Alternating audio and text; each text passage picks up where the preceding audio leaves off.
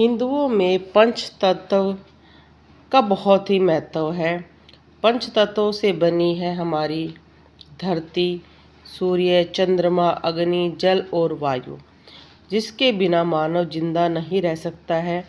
5 चीज़ों का बहुत महत्व रहा है हमारे जीवन में, इसलिए हम बहुत सारी चीज़ें जब हवन करते हैं, घर में पूजन करते हैं, तो 5 पंचामृत, पंचमेवा, बहुत सारी चीज़ें अर्पित करते हैं। आज का युग थोड़ा सा बदल गया है, समय का अभाव रहता है। हर व्यक्ति कलयुग से ग्रसित है, उसके पास समय तो कम है, पर वो कल्याण अपना चाहता है तो दीपक में वो पंचमेवा डालता है, हवन में डालता है, या वैसे ही कटोरी में डालकर उसका भोग लगाता है। उससे उसको लाभ प्राप्त होता है। आप दीपक में भी देख रहे हैं, बहुत सुंदर फूल बना हुआ है। आज आपको बताते हैं कि अगर आप दीपक में पंचमेवा डालते हैं तो इससे आपको क्या लाभ होता है।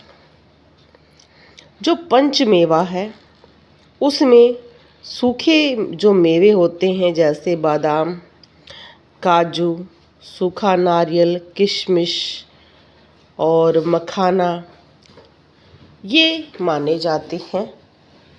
यहाँ पर इलायची का और लौंग का भी कई लोग प्रयोग करते हैं। उसका मैं आपको कारण पूरी वीडियो में आप ध्यान से सुने। पंचमेवा दीपक में डालने का कारण कई व्यक्तियों का ये होता है कि वो जल्दी से ख़राब नहीं होते हैं, वो लाकर रख लेते हैं और दीपक में उन्हें डालने में सरलता होती है, समय नहीं लगता है। तो यहाँ पर बहुत सारे लोग बड़ी ही अच्छी तरीके से जो भी उनके पास उपलब्ध होता है, जैसे बादाम है वो डाल दिया गया है। इलायची की खुशबू बहुत ही अच्छी होती है और ये कहा जाता है कि अगर दीपक में एक इलायची डालते हैं तो उससे एक ऐसी खुशबू होती है जिससे सारी नेगेटिविटी, बुरी नज़र भागती है। अच्छी खुशबू से भगवान बहुत जल्दी आकर्षित होते हैं, खुश होते हैं। ऐसे ही लौंग का हमारे जीवन में बहुत महत्व है। ये बहुत ज़्यादा खुशबू देने वाला एक मसाला माना जाता है, पर ये बहुत ज़्यादा महत्वपूर्ण है। खाने में भी इसका प्रयोग करते हैं, ये बहुत ज़्यादा स्वास्थ्यवर्धक है। ऐसे ही लौंग दीपक में डालने से इसकी जो खुशबू होती है उससे कहते हैं कि हमारी वायु शुद्ध होती है, नेगेटिविटी दूर होती है।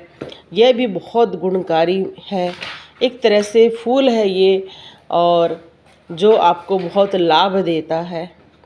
ऐसे ही कि पंचमेवे का आप दीपक में भोग लगा सकते हैं, इससे आपको बहुत लाभ मिलेगा, क्योंकि बहुत सारी चीज़ें आप प्रयोग में करते हैं। जो व्यक्ति ये कहते हैं कि हमारी पूजा में फल नहीं मिलता है, उसका एक कारण यही होता है कि हम पूजा में कुछ छोटी छोटी गलतियाँ करते हैं। जब हम देवताओं को आहार देना शुरू कर देते हैं, आप दीपक में गोला मिश्री डाल सकते हैं, आप काजू डाल सकते हैं, बादाम डाल सकते हैं, जो भी आपके पास सत्ता से आपको मिलता है वो डाल अग्नि देव की प्रार्थना करें, अपना नाम लें, और वो उस देवता को जरूर प्राप्त होगा।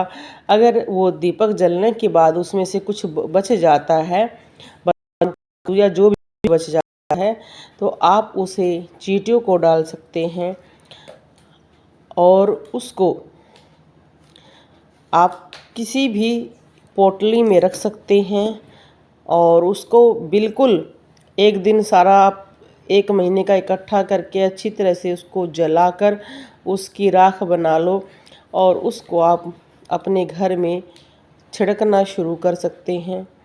उससे आपको बहुत लाभ होगा, क्योंकि विभूति का जो चमत्कार होता है वो बहुत सारे लोग तो जानते भी हैं कि गोरखनाथ जी जैसे महान नाथ विभूति से ही उत्पन्न हुए हैं, आशीर्वाद से ही उत्पन्न हुए हैं। कहते हैं कि नाथों की विभूति में बहुत ही बल होता था, क्योंकि वो अग्नि में प्रज्वलित अपने पास करके भोग डालते थे, हवन करते थे। तो आपकी भी विभूति में बहुत ही ज़्यादा बल होगा। सिर्फ विश्वास आपको करना होगा, क्योंकि बिना विश्वास के संसार में कुछ नहीं हो सकता है। ये सभी जानते हैं गोरखनाथ जी महाराज की कहानी से।